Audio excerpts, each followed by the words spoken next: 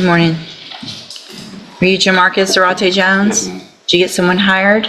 Well, I talked to 3 lawyers. Okay. Lori Keep in touch with the bonds. Parenzo, Mm-hmm. Lori Crenshaw, and Kate John. Okay. And so where are you on being able to get someone hired? Pull your pants up.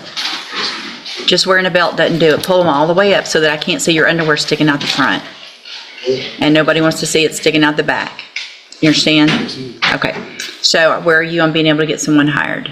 I'm not physically fit. Are you working? No, Why aren't you working? because of these charges currently. Okay. Were you working before? Yes, How old are you? I'm 21. Okay.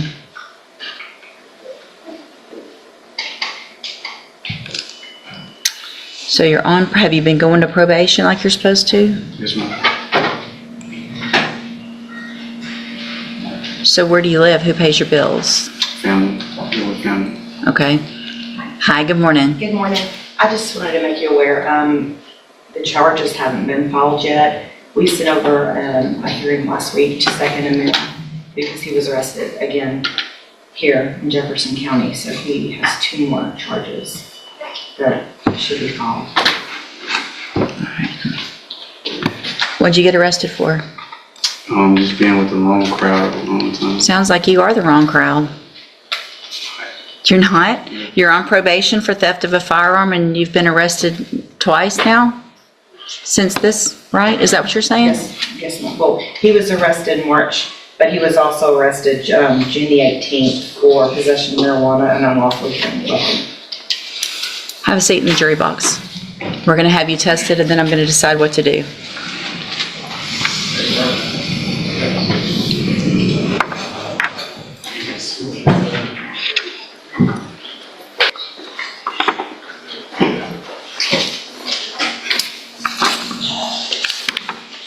Mr. Jones, come back up, please, sir.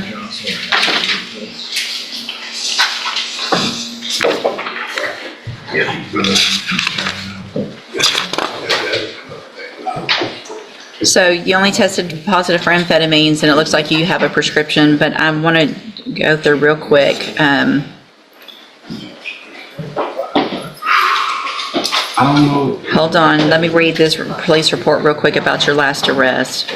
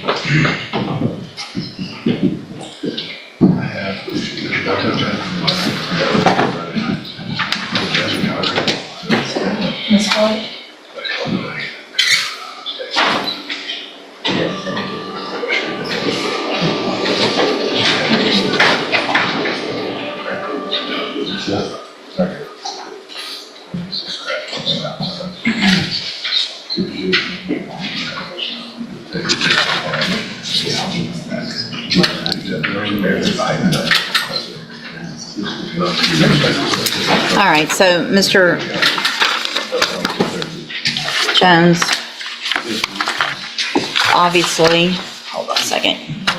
You're on probation for theft of a firearm. You've been arrested, what, just last week, week before last? And were able, I guess, did you make a bond in the new case? Yes, ma'am. Because you're on probation for the felony offense of theft of a firearm, and because you were arrested in a vehicle that looks like, allegedly, obviously you've not been charged with it, but there was marijuana in the car near the seat where you were sitting. It smelled like y'all had been smoking marijuana, and there was a gun in the glove box where you were sitting. So I'm going to find that the bond that I set set in the motion to revoke your probation case is not in the best interest of our community. I'm going to find that because you've been arrested while you were on that bond, it is appropriate for me to raise that bond. And at this time, I'm raising your bond to $200,000. You can go back with the bailiff. Who's this lady? Yes. Hand it to the bailiff.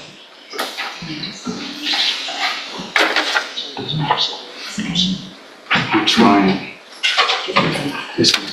You gotta try harder than being in a car with a gun and marijuana while you're on probation. You've got a motion to revoke your I probation. understand. Go with the bailiff. We'll figure it out. We'll get you a lawyer appointed and we'll figure it out. Previously in court, in cause number 242309, entered a plea of guilty to the third-degree felony offense of evading arrest or detention with the use of a vehicle. I've received the pre-sentence report. Has everyone had an opportunity to review that report? We have, Your Honor. Yes, sir. Are there any additions or corrections? Just an update, Judge. Page 3 shows that Mr. Smith is unemployed. He tells me that he's been working for about 3 weeks at Post Subcontractors. He's a foreman out there, making about $21 an hour. So I know y'all know what my concern is here, that there were 2 felony probations just in the last 5 years that were revoked in the last 3 years. 2 different probations, one here and one in Brazoria County. So I don't have good warm fuzzies about you being successful on another probation. Can I say something? That was a whole nother life ago. I've corrected my life. I've been sober for 3 years now. I've been focusing on nothing but working. This evading arrest was actually a discrepancy that I didn't pull over fast enough with the officer. And I haven't been living that way in over 3 years now. So if you give me a chance, I'll show you that I can do it. Okay. Mr. Smith, any reasons not to go forward then?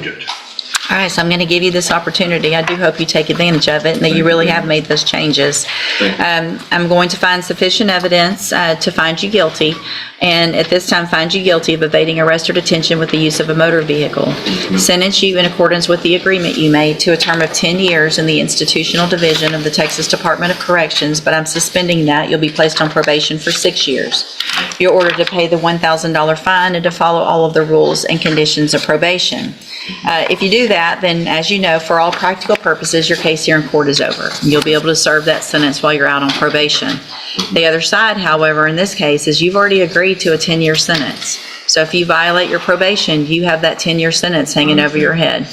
I'm going to hand you the trial court certification that shows this was an agreement that I followed, and so you've waived your right to appeal. I have also handed you a written admonishment regarding your ineligibility to possess a firearm or ammunition. You've probably already received that, but I'm required to read it.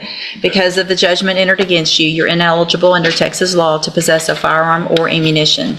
Possession of a firearm or ammunition could lead to charges against you. Firearm is a legal term, and you should read the written admonishment I provide you to see what devices qualify as a firearm. If you have questions about the laws that make you ineligible to possess a firearm or ammunition, or about how long that lasts, you can talk to Mr. Rojas. And it's my understanding, take him down there, and something's going to happen on that misdemeanor this morning. We're going to dismiss it, Judge, so Okay. I can walk down and see if I can find which court is it. I think it's County Court 3. I can walk down there. Okay.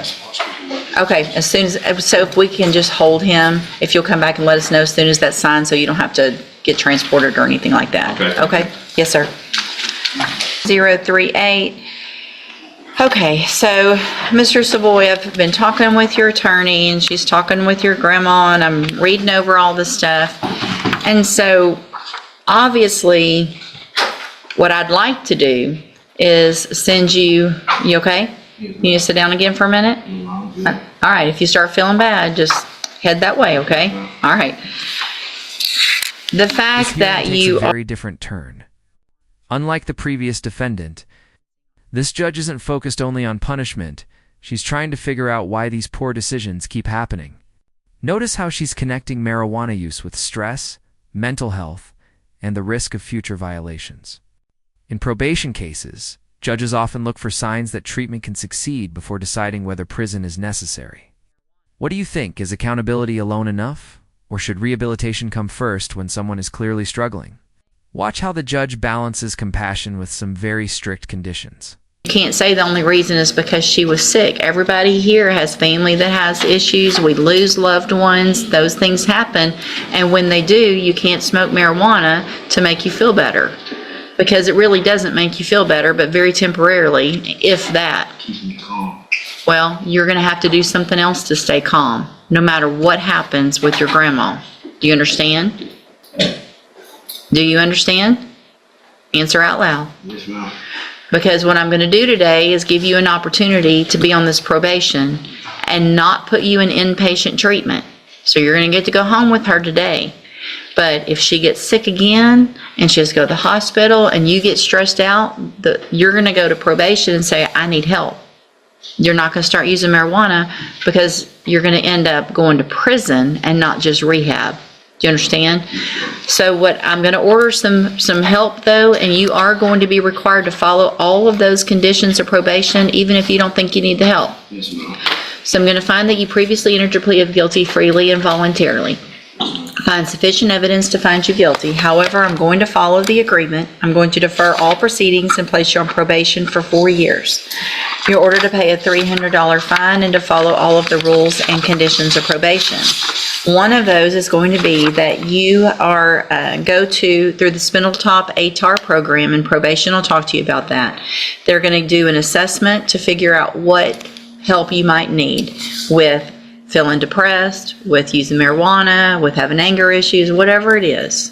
If they say you need to go to a 30-day treatment, then you're going to go, or you're going to be back in here going to prison instead of 30 days, okay? If they say you need outpatient, whatever they say you need, I'm ordering you to do, whether you think you need it or not. Yes, ma'am. That's so that you can be successful. You're also going to be required, at least for some amount of time, to wear a drug patch. You have 2 days, 48 hours to get that drug patch put on. Probation can tell you where you can go get those done. You have to get them changed every 2 weeks. Yes, ma'am. Okay. I had one before. You did while you were on bond? Yes, ma'am. Okay, so you're going to have to wear that because, and if they test positive, you know what's going to happen. Yes, ma'am. Okay. I had one other thing I was going to, hold on.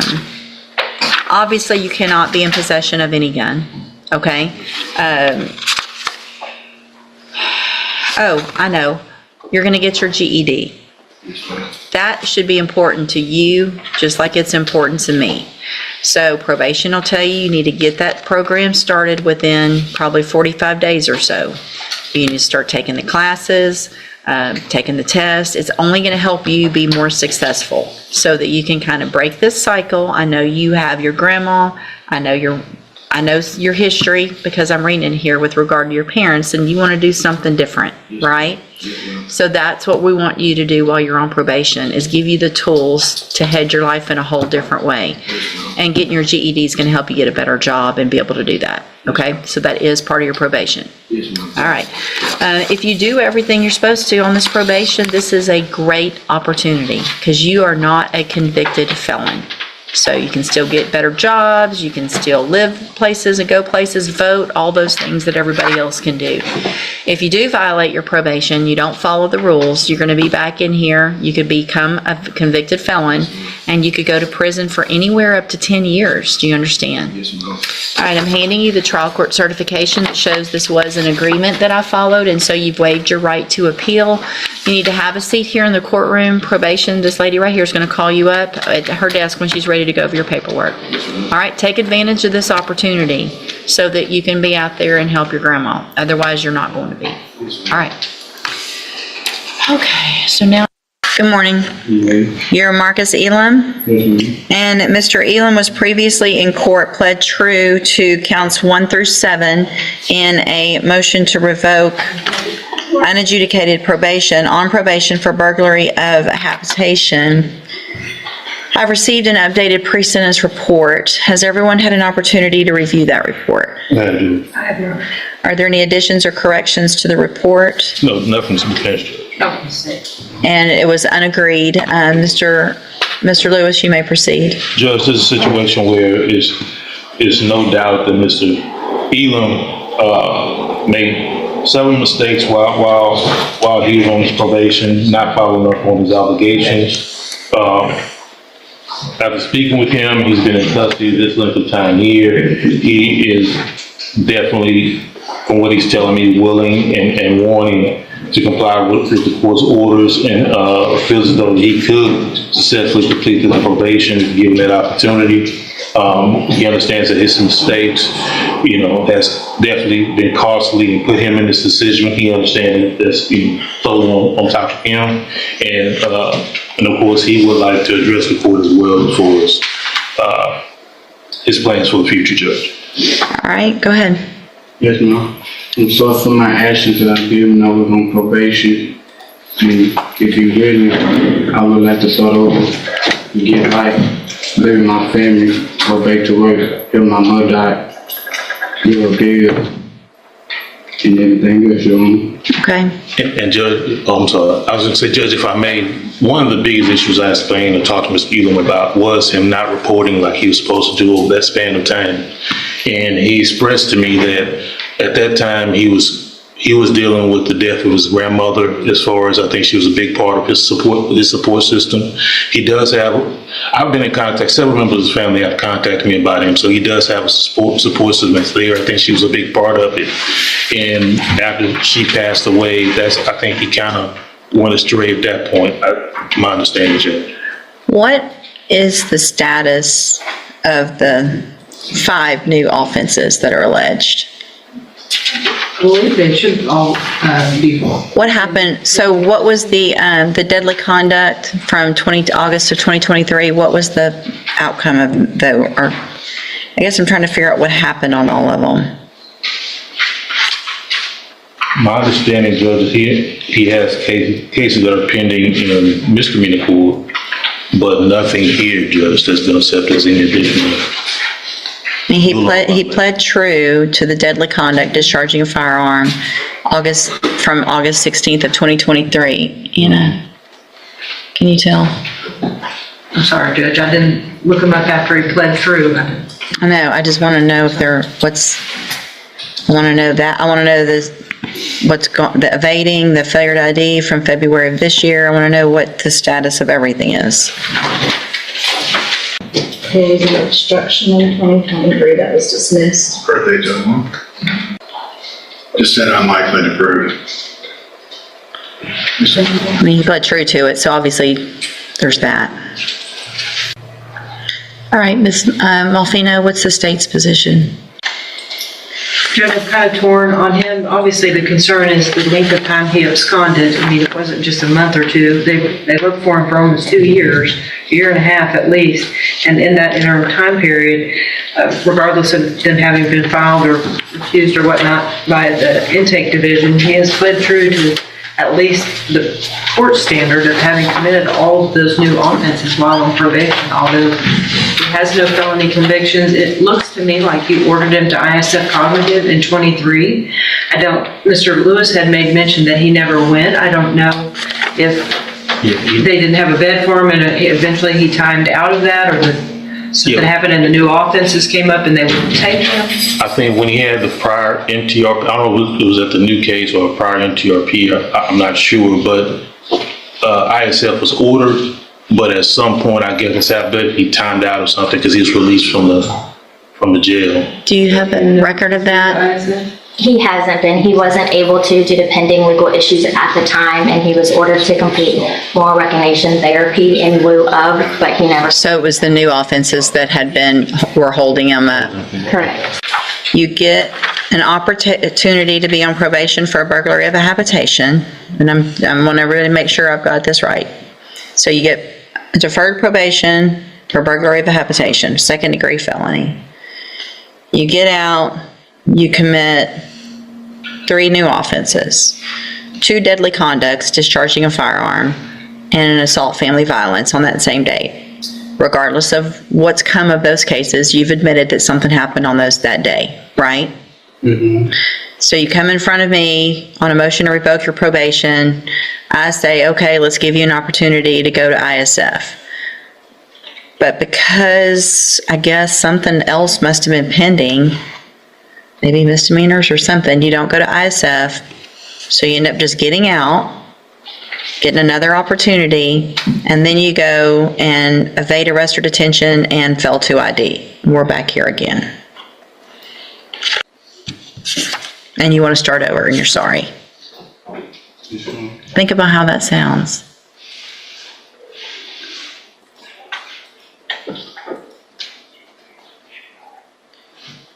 And you just quit going for 2 years, a year and a half, year and 7 months. You just think you were going to get to be out and we were going to forget about you? You know, I mean, how old are you now? 23. 23. You started this when you were 19. Feel like you're not taking advantage and you're not growing up and making better decisions. And I think Ms. Faiza has tried to work with him when he would show up to work with her, so, I mean, I don't object to revocation, Judge, and any opportunity that we give him. I mean, I don't know that it makes sense for me to do anything else. And it's just so frustrating, honestly, for me, for the young people to keep coming in here with offenses that have to do with shooting while